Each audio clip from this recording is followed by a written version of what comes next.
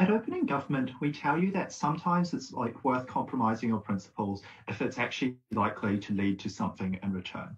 The reality in this debate today is because of the very nature of the very hierarchical and top-down structures within the religion of Islam, you're unlikely to get any sort of real change on opposition half. What that means is that it's not going to be in the system itself, which is so out of date and archaic, that you're going to be finding progress, but rather outside the system, in the minds of more liberalized and more people who are more friendly towards the feminist movement. So what's our stance at opening government? We would like feminists in the majority Muslim countries to openly advocate for the abolishment of Sharia courts. Generally speaking, this will involve highlighting the most egregious examples of where we think the rulings of Sharia courts are either unfair or unjust. And we would try to promote that within the public sphere as much as possible. 4 parts to our case today. Number one, why there's a trend towards liberalization towards majority Muslim countries and how we're going to be able to capitalize on that. Number 2, why you're unlikely to get any progress within the system nonetheless. Number 3, the significance of that to the obligations on the feminist movement. And number 4, the outcomes that we get in terms of improving progress when you work outside of the system. So number 1, why liberalization is occurring. 2 reasons for this. First of all, we think that, like, generally speaking, in the last few decades or so, there's been many trends throughout the world, things like urbanization, things like globalization, things like the internet being freer and easier and more accessible to use than ever before. This means people in even the most oppressive states where the government actively censors the internet are still able to use things like VPNs and connect with the world outside of that. That means people are able to be exposed to cultures from around the world, and we're seeing much more of that interaction than we're ever seeing before. We think that trend continues into the future. We think furthermore that this trend is particularly true for young people in societies and those in Muslim majority societies, because by and large young people are more receptive to other ideas and change and liberalism, and those are like a significant part of these groups, significant stakeholder in these countries, because they tend to have population structures that do lean towards the young people. They have quite young populations. But moreover, we think that, like, even in majority Muslim countries, people are still human. They still have empathy towards each other, and generally speaking, if you see people suffering as a result of that, there is a common connection there that you can, in terms of humanity, that you can relate to. Furthermore, we think that, like, in many cases, if the image of these courts are those where it's like dominated by quite old privileged male people, or that those sorts of groups, then people are naturally going to believe to some extent that this might not be the most representative system within that. Right, so that's the general trend within these sorts of places. Why then are we still unlikely to get change under opening government? Couple of reasons. Number one, the nature of this religious organization and first reason why we're unlikely to get change from opening government is the nature of how religion interplays with politics in many majority Muslim nations. Notice here that in countries like Iran, where you have like a huge Muslim majority, the political leaders are quite dependent on support from imams and those at the height of religious power to deliver them votes in elections. So what does this look like? This looks like these sorts of, like, the leader of Iran making sure they have very positive relationships with the, like, highest ranking religious leaders in the country, and they're unlikely to change this anytime soon, because these leaders within religious organizations can deliver a huge number of votes to them when it comes to national elections, especially those in, like, less educated areas where, like, religious figures have huge dominance over everyday life. So that means that political leaders have no incentive to change. In fact, they have an incentive not to change and actually listen to these religious figures. Furthermore, we think that the very nature of how these religions are organized, in terms of Islam, it's quite hierarchical. There's only 2 main denominations, Sunni and Shia. The institutions are quite rigid. You have a lot of authority being imposed from the top. The power within these religions is very centralized. That means that unlike other religions, such as Christianity, where you have a huge number of denominations and in many cases pastors and local churches having the ability to make changes, in Islam, you have this message being dictated to you at the top. So even if you are like a lower ranked member who is, like, receptive to change, your ability to do that is severely constrained by the structure of the religion itself. So what's the significance of that in this debate today? We think that if the practical is a wash and opening opposition is unable to deliver any real practical outcomes, then we have a very strong principled obligation to support the feminist movement standing up for its ideals. Why is this the case? We think that for the feminist movement to compromise and lend additional legitimacy to this illegitimate system within these countries comes at tremendous cost. What are these costs? Number one, we think this is a huge opportunity cost in terms of time, energy, money, and effort that the feminist movement has invested into something with little success when that could have been spent somewhere else that led to real change. But moreover, we think that the point at which you buy into this system and give out the message that you're willing to trade things off, you're willing to meet halfway, you're willing to compromise the rights of some women, probably the less privileged women who are less able to join the feminist movement in order to get some small concessions, that sends the message that meeting halfway is okay, that the feminist movement doesn't care about everyone only getting a small amount of concessions, and that's a system in which you can placate the feminist movement. We don't think that's good. Why then do we actually get real progress under our side? Notice that we bypass all of these structural mechanisms and structural features stopping change happening in majority Muslim countries. We go directly to the people. As we've told you before, these trends within the young people and the general population are very strong, and there are structural reasons why they're likely to continue further on into the future. What that means is the public at large is much more receptive to these more feminist narratives, such as women might be able to have some more rights and drive cars and look after children on their own and those sorts of things. Moreover, we think it's particularly crucial in countries where religious narratives have dominated conversation for so long that ideas like women are inherently inferior to men or women are inherently incapable of driving a car, we need to actually actively question those messages. You're unlikely to question these subconscious biases and internalized inequalities and patriarchal things in a situation where you actively have to please the religious organizations and leadership in order to get any sort of discussion passed. So we think it's inherently valuable to expose the public to these sorts of liberalizing views because one, we think they're going to be receptive to them, and two, even if they're not receptive to them now, it's going to lead to them being more receptive to them in the future, at which point you're actually able to start building up more support for change in feminist movements. Look at the structural barriers. They don't achieve anything. We bypass them and get real progress on OG. Great. I thank that speaker for those remarks. And now to open up the opposition bench, I call upon the leader of opposition. Hear, hear. Cool. Am I audible? Yep, very clearly. Great. POIs in the chat is fine. I think OG assumes first that Sharia and Islam are not compatible with feminism, first of all, and as a result, on a principle, you just need to go against Sharia to principally be not compromising on your claims. But secondly, they assume this sort of idea that's they somewhat go directly to the people. On OO today, we're going to tell you what the end goal of feminist movements in Muslim majority countries is, how that relationship between feminism and Islam plays out as a dynamic, and why we think your movement crumbles as soon as you advocate for the abolishment of the Sharia law. But the first question you should ask yourself is, what is the end goal for feminist movements in Muslim majority countries? We think that these two things are not fundamentally incompatible. We've seen already, and I think OG does a great job of articulating that in the status quo, where we believe we are seeing incremental change, not abolishing things like Sharia law, but things like greater steps such as allowing women to drive, or the election of a female prime minister in Pakistan. In particular, we think a lot of the reforms outlined in the motion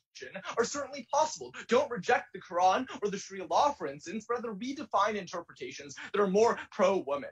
Now, why do we think then that your movement crumbles the minute you begin to advocate for the abolishment of Sharia law? Note that advocating against Sharia law is functionally equivalent to advocating against Islam in some of the most conservative parts of the Islamic world. Sharia is seen as the framework under which Muslims can obey and get closer to Allah with side government, therefore rejecting the underlying fundamental text, or at least the framework that underpins that relationship and underpins the religion. We think this is a few impacts then on your movement. First, you lose the support of women who do not want to choose between their religion or feminism, or are not in a position where they can actually make that decision because of fear of things like significant pushback from their families and things like that. We think likely then you lose the support of the number one stakeholder in your movement, the ones who are most energized and willing to actually fight for their own rights as a result. But secondly, note now that just everyone is against you. You've conceded the foundational framework under which Islam, or at least conservative parts of Islam, which we think are the most relevant to the heart of this debate, operates, is incompatible with the feminist ideals that you are advocating for. This looks like then losing the prominent religious leaders and other influential individuals who might have advocated for you, or at the very least might not have lobbied against you in the incremental change that we think you see in the status quo. In particular, note that we get this incremental change that OG says because the activation energy of those at the top is not so high that they are willing to actively go against and push against your movement because they don't view it as an existential threat to their sort of under-basis framework, which means then that at the very least they're not actively pushing against you, which is something that we think the incentive structure flips the minute you side with side government. In particular then, moreover, people are just less likely to do things like retweet your advocacies or support you, given that there is now a tailwind risk, especially more in conservative areas, that you're portrayed as an infidel to the religion writ large, as opposed to just a supporter of feminism. But note, thirdly, the governments that rely on Sharia, such as Saudi Arabia, now face threats to the stability of their law. They're less likely to be willing to accept any form of compromise, more willing to do things like try to oppress and silence you. We think all of this is actively detrimental to you as a movement. What does this all mean? A, you don't actually abolish Sharia law. I think it's likely that you don't actually are able to get the critical stakeholders needed to bring about substantial change. We don't think you get the benefits that side government will provide you. We also don't think then that you actually have some sort of principle here, to the extent where we think that the reason the principle and the reason it is important not to compromise is so that in the long term you're able to bring about equality between as a result in the long term. We think then that when you just don't make any progress at all, your movement dies. B, we think you damn future feminist movements as well. Opposition now in the future can levy that feminism is incompatible with the underlying frameworks of the religion because of the actions of your irresponsible movement in the status quo. We think that this means if your movement fails, it also prevents any future movements that could have materially benefited women in the country. As a result, we think all of this just means you decimate and you deck your movement in the status quo, and you lose the incremental change that I think OG outlines for you. Why then do we think that the reform of Sharia law is possible and actually is desirable? Note that we get this sort of argumentation from OG that's like, it's a lost cause, vote on the principle, and there's just no way to change things. Firstly, we think Jews are relatively anchored in a strong and well-established base within the religion. You're not trying to reject entire texts. Instead, you are advocating that under the Quran and with reinterpretations, that there's things like faith that Allah loves all of his subjects and wants the best for them. We think then that reforming Sharia law, which frames abusive natures of Islam in practice as a consequence of things like manipulative Islamic men, means that you appeal better to the pride and better nature of people around you. You're more likely to be able to get buy-in to your movement from stakeholders that are actually critical. You also just don't lose the women that don't want to pick between the religion and feminism. A lot of these things are just fairly intuitive, right? E.g., reform of family law, things like abolishing polygamy, which is something that is already fairly plausible, or highlighting elements of the Quran which specifically do benefit women. E.g., the clear ordict that violence against women should be condemned, or the idea of female strength and purity, which is why women wear hijabs, because your purity should be shielded from the corrupting sight of men. We think all of these are way more palatable then to the rest of the movement that you need to actually build, both to women but other stakeholders that are important to bring into your movement. We think you just appeal to the broadest base of women. E.g., for example, firstly, you appeal to traditional Islamic men who are angry at the loss of the youth and the quote, like those young girls who wear jeans everywhere. We think you just get sort of a redefinition in Sharia courts and things like that. But secondly, you just get educated, wealthy Muslim women who are likely the most privileged within the actual movement, who are able to actually lobby the hardest, or at least dedicate the financial resources and requisite ability to actually move and aid your movement. Why do we think that this is just the most important impact? Note that there's the option of going towards Sharia court or to the more traditional courts in the legal system. We think, though, that the ones who are using Sharia courts are the women in the most conservative families. They are the ones who need to who specifically, as a result of the conservative nature of their household, are always able to go to these courts. But moreover, we think then that by reforming these courts, you benefit the worst off in society. E.g., these are the most vulnerable groups. But we think, though, that Sharia courts specifically specifically of solvency. When you renegotiate what a Sharia court actually acts in and the decisions they sort of make, we think the most conservative groups are likely to listen to that Sharia court because they've seen it as something that has been historically conservative and on their side. We think then that it is most important to help this specific stakeholder. So we think that at the end of the day, that by reforming Sharia courts and Sharia law, you're much better off in aiding these groups. Proud to oppose. I thank that speaker for those remarks. Now call the DPM. Hear, hear.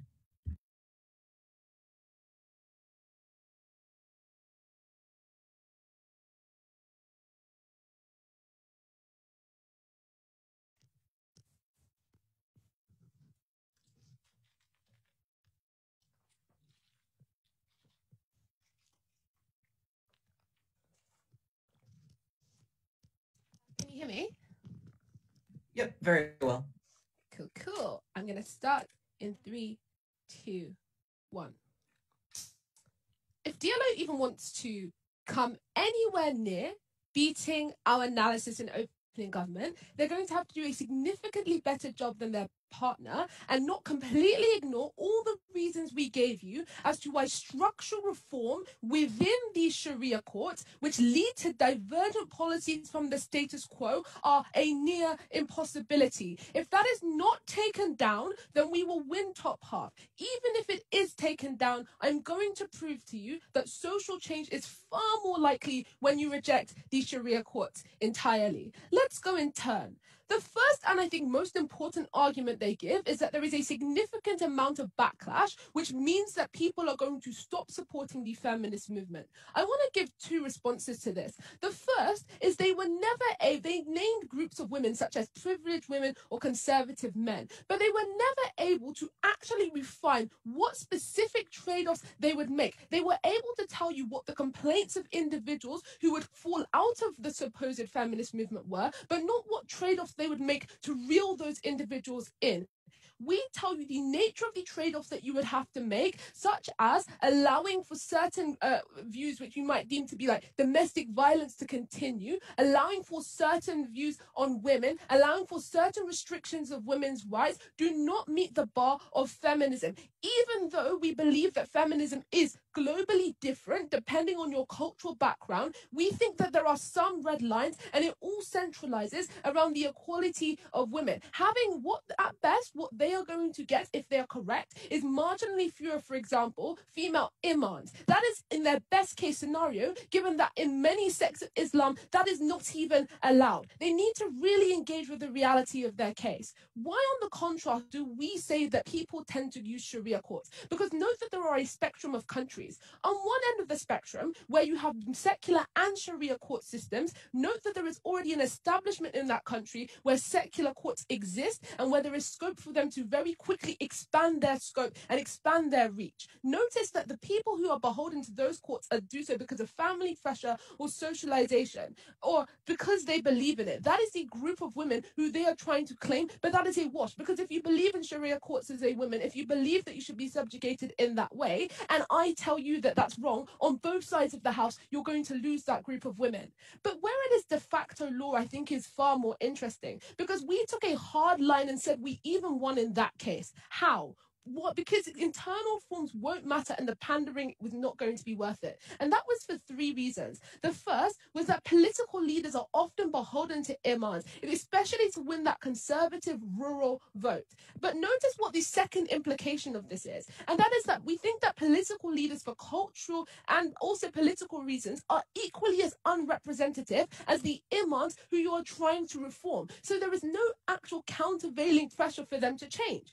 The only other way that a religion can change is if there is a significant divergence of their followership. That is, that they say, I'm going to move to another sect and you have to reform because of fear of losing me. The issue here is that the structure of Islam is hierarchical with very few sects. That means there's no way to change the structure by just moving. You can't move away from Sunni Islam. It's like 86%. You can't move away from Shia Islam because it's like the other 14%. So unless you create that internal movement, which you don't have the option to do by moving away, you are never going going to be classified as both Muslim and also as somebody who can reform that system. But what was the harm here? The active harm. I'll take CEO in like 1 minute. It is the active legitimization of the movement, of the individuals who are subjugating women. And I think that this happens in two ways. Firstly, you have to trade off the rights of at least some women to win the group the opening opposition are talking about. Disproportionately, the poorest, less privileged women who are less vocal in that feminist movement in the first place. So if we don't win them, they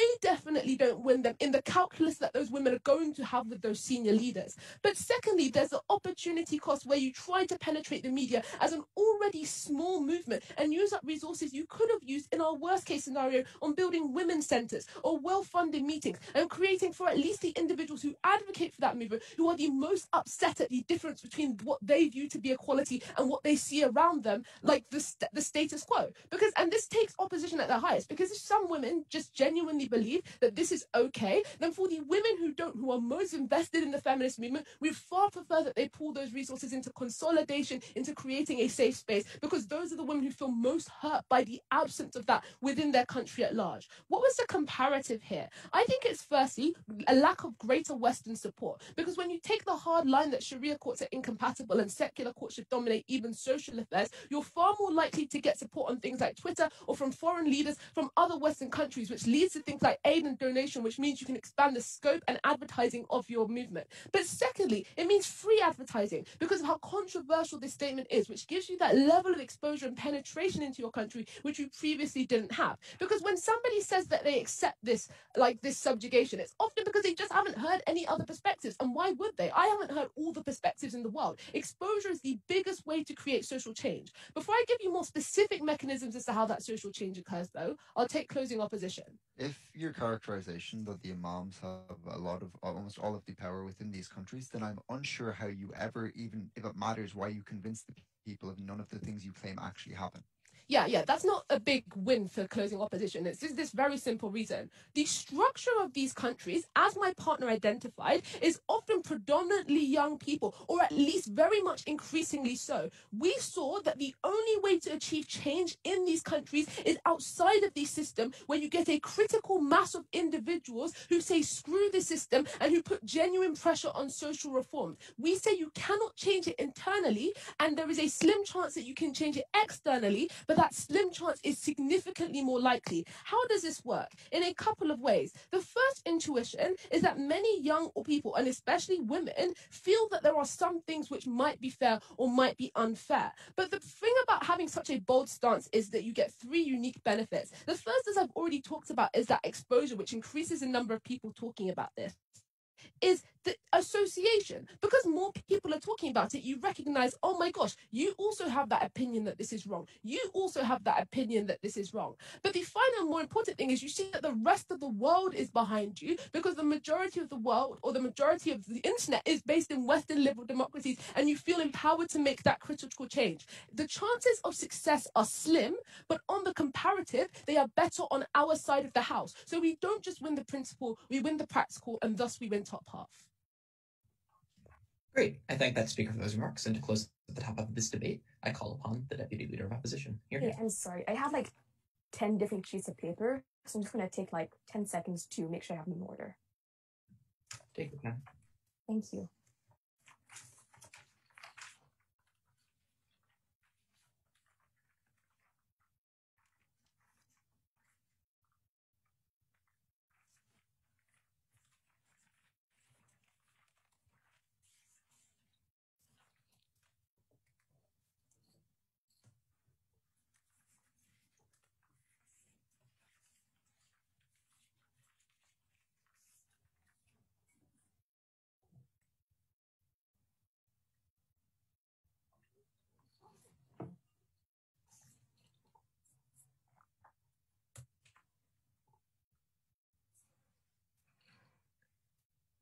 the reason why I told Ryan not to spend too much time on OG is because they're a monologue of observations about Islam as opposed to a set of mechanizations for how they can actually ban Sharia law, and the majority of their observations are wrong. Since Zarina wants me to rebut them so badly, I will do so.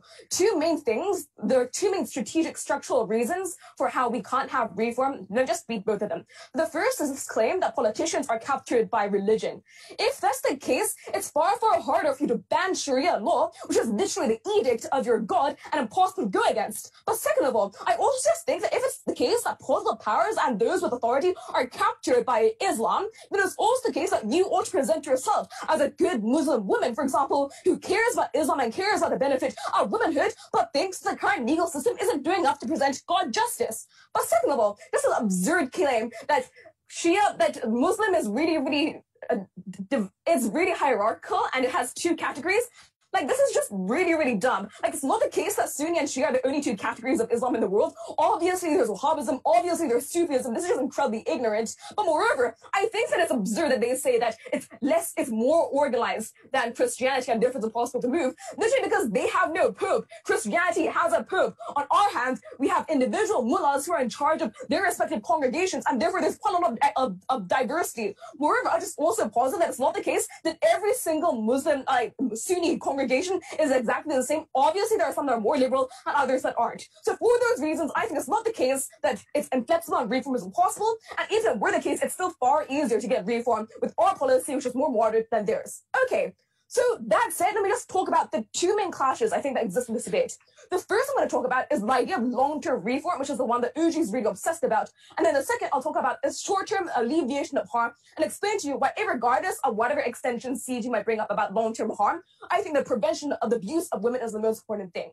Okay, so first on long-term reform, right? So what they tell us is that, we get long-term reform because of contact theory. Seriously, this is just advocacy is good because we reach out to the people. Advocacy is not inherent to banning Sharia law. Like, we obviously can advocate and reach out to people on the ground if we also support things such as having a feminist interpretation of Sharia law. So all of this is symmetric. But two, let's just actually have a think about the prerequisites of what a movement needs to succeed, right? You need one, large groups of people to buy into your movement. Two, you need funding in order to fund this advertisement. And three, you need some degree of protection, especially if you're up against a huge opposition, i.e. those conservative forces. Ryan told you very clearly why this is literally impossible, and the point of which you tell people, I want to take down the word of God and set up my own alternative system. On the other hand, when you play off of existing narratives which already favor Islam, favor women, I just think it's bigoted and untrue that Islam is inherently against women. So, for example, the Quran explicitly bans the violence against women, for example. I think that that's far, far more effective.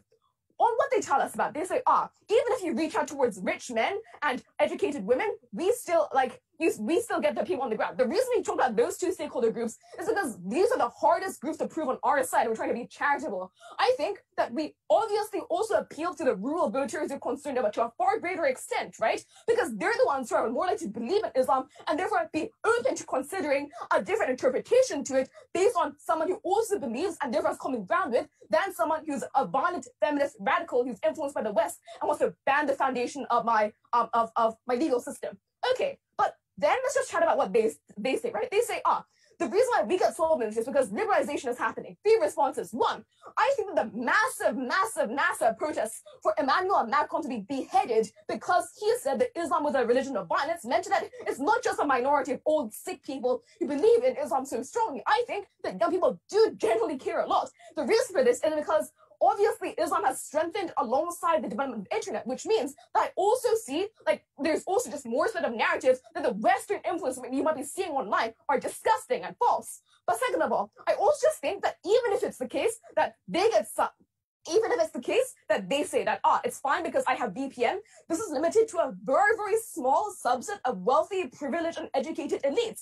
This is because VPN costs money, and especially because of exchange rates, VPN is even more expensive in Muslim-dominated countries. But three, there's a freaking language barrier. So even if I do have VPN, I'm still going to read Urdu newspapers if I'm Pakistani because I can't read English. So for those reasons, you have a limited exposure to the content they talk about. But finally, I just think that even those who are relatively modern and educated still don't want to say that Sharia law is just intrinsically bad because of the fact that they were raised by religious parents, that their politicians espouse Islam, their schools shout Pakistan, Islam, all of that kind of stuff. means that you still like intrinsically feel within your loyalty towards your country and your national identity is tied intrinsically towards your religion. For those reasons, even on their side, on their best case side of these educated elites, it's still easier to get their support and have them advocating alongside us as opposed to reluctantly agreeing is on our side. Okay, so that said, I think we quite easily win long-term change. I'll take closing government. Yeah, can you please explain how do you think patriarchal messages are taught to daughters within family units in these societies? Yeah, so I think that they're taught that, you're a girl, you're lovely, you ought to be protected and hidden away. I think this is bad. I think that we having this message can counteract it as opposed to when you advocate for the banning of Sharia law at the point at which your parents try to hide you from these activists and prevent you from hearing them in the first place. Okay, now to the short term on the alleviation of harm. So first, let's just beat the OG principle on how it's unreasonable to compromise. One, ignorant and untrue to say that Islam is something we can always have to categorically reject. But second of all, we also equally have a principle, and that principle is it's wrong for you to throw away the opportunity to help the most vulnerable for an ideology that you can only access because you're so privileged.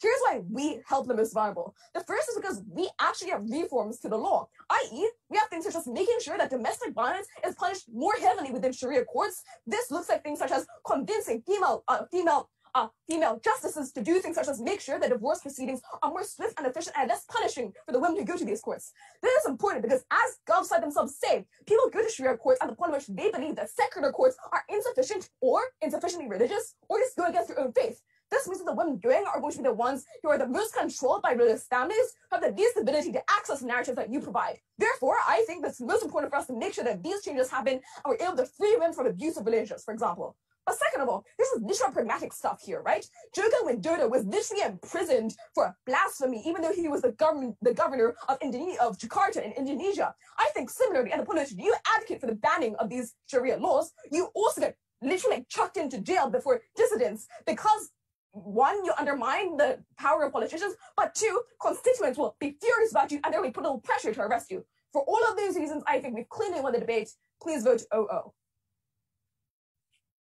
I thank that speaker for those remarks. This concludes the top half of the debate. To open up the back half of the debate, call upon the member of government. Hear, hear.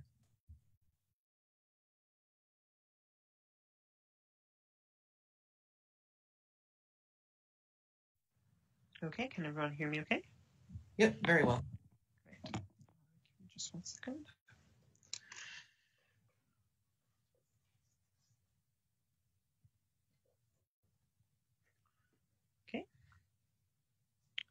Starting in 3, 2, 1. Panel, 3 points of extension coming from closing government today, but before we get into these, 1 point of extraneous rebuttal. And within this point of extraneous rebuttal, I also want to situate this motion and where it applies. So as per the motion, this debate and this question takes place into a country where 3 things simultaneously happen. First, there is a Muslim majority in the country. Second, there are states and state secular courts, which are obviously based on some form of democratic process in defining laws and then, applying them as defined by the Muslim majority population. And third of all, there are also Sharia courts, which separately apply the doctrine of the holy text specifically, rather than the democratic process creating laws as applied by the state courts. Now, obviously, what this means is that there are the comparison between state courts and Sharia courts may have many similarities, right? That in many instances there may be similarities in some respects because generally they are based on the views of a majority Muslim population, right? Even state laws are based on sort of the democratic will of a majority Muslim population, so are probably infused with a substantial degree, right, of moral consensus among the Muslim majority population. Now, how is this relevant? But obviously, now we also support that there are substantial differences and very important differences between these 2 types of courts, which I'll get into. But why is this important for rebuttal? So what opening opposition rests their case on is this claim that conservative women and religious women specifically will be pushed away out of your movement because they will be upset because you're not supporting the religion anymore and you'll lose lose support. This is untrue, because what the feminist movement will be doing by supporting state courts rather than Sharia courts is that they will still be supporting the Muslim religion. It's not as if they're supporting a Western conception of the rule of law, right? No, they're still supporting a Muslim state, creating laws created by the democratic will of a Muslim majority, right? Creating laws which are then applied by state courts, right? So the contention of the feminist movement here is just that the law is the domain of the state and that it's fairer to be so rather than the area of a religious institution, right? But it's still saying that law is legitimized by a majority Muslim population. So simply put, what the feminist movement is doing here is decoupling religion and law, not religion and identity, right? Such that the conflict which opening opposition claims will occur. That will not happen. It's an argument they're making around judicial governance, not of individual choice of whether you believe or not in religion. You do believe in it, you're still in a Muslim majority state which creates laws on that basis in terms of state laws. Now, jumping straight into my substantive. So I want to first point out that obviously the feminist movement in these countries has specific obligations of women to support the system which offers women greater justice in proceedings which involve in judicial proceedings which involve women. We think this sort of greater justice occurs in two main ways: the process of the trial and the content of the decision. We think OG didn't really tackle what actually these trials are going to look like in each scenario and what the content of these decisions are. We're going to do that right now. First, in terms of process, there is massive benefits in supporting state courts in terms of state courts offering far better due process for women within their structure because of their organizing principles being oriented towards fairness rather in terms of the proceedings of the judicial trial rather compared to the Sharia courts. What do we mean? State courts, for example, have sort of due process regulations allowing female witnesses, right? Which in many instances Sharia courts won't do at all, right? Especially without having men join the women as their guardian or whatever head of the household. Similarly, state courts take into account evidence equally if it comes from women rather than disputing an allegation just because it comes from a woman and they're unreliable, as Sharia courts have in many instances done. But even more so in terms of due process. With state courts, you have the ability to appeal to higher courts. There's appeals courts, supreme courts, right, within the country, right, which often may bring you justice where a lower court hasn't done so for you as a woman. Why is this not existent in the Sharia laws? First of all, because often the higher courts don't exist, but even if they do exist within Sharia courts, the problem is higher courts within Sharia law are part of the same religious institution which is bound by the same holy texts and cannot deviate, and there is strong consensus within them, so you're unlikely to get redress by going to a higher court. That's process. In terms of content, recognize that in terms of content, it's very unlikely for you to be able to change sort of the laws or the content of this decision, and even if you manage to create some kind of fringe interpretation of it, you'll be litigating on the margins. You'll be trying to create a fringe interpretation, but it'll be very hard for you to make it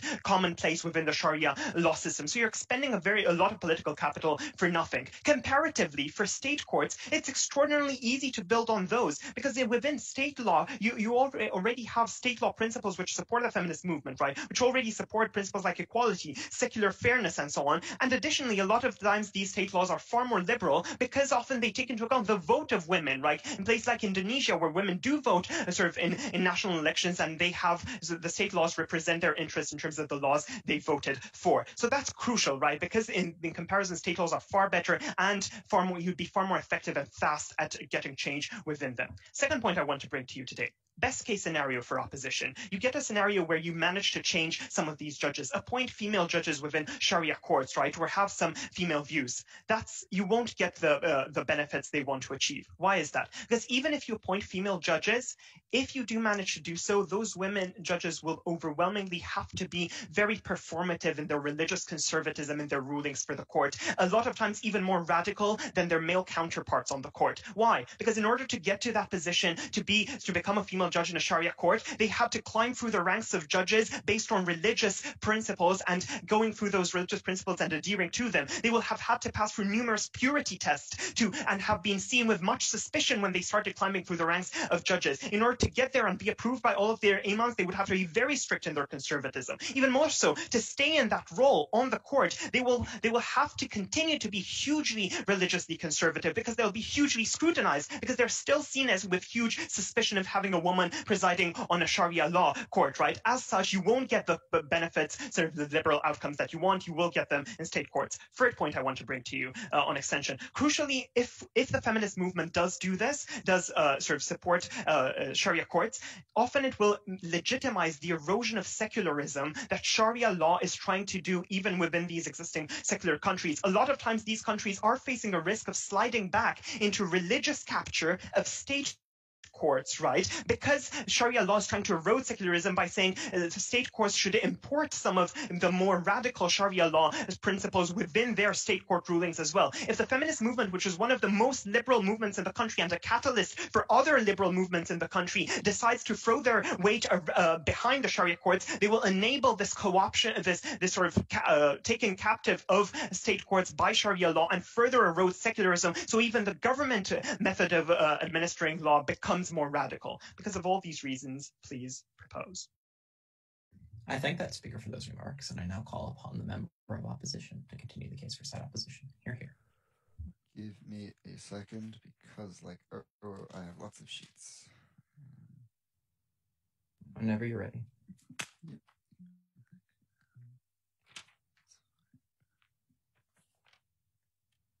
Cool.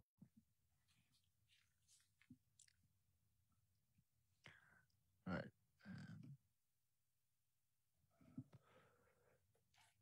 3, 2, 1.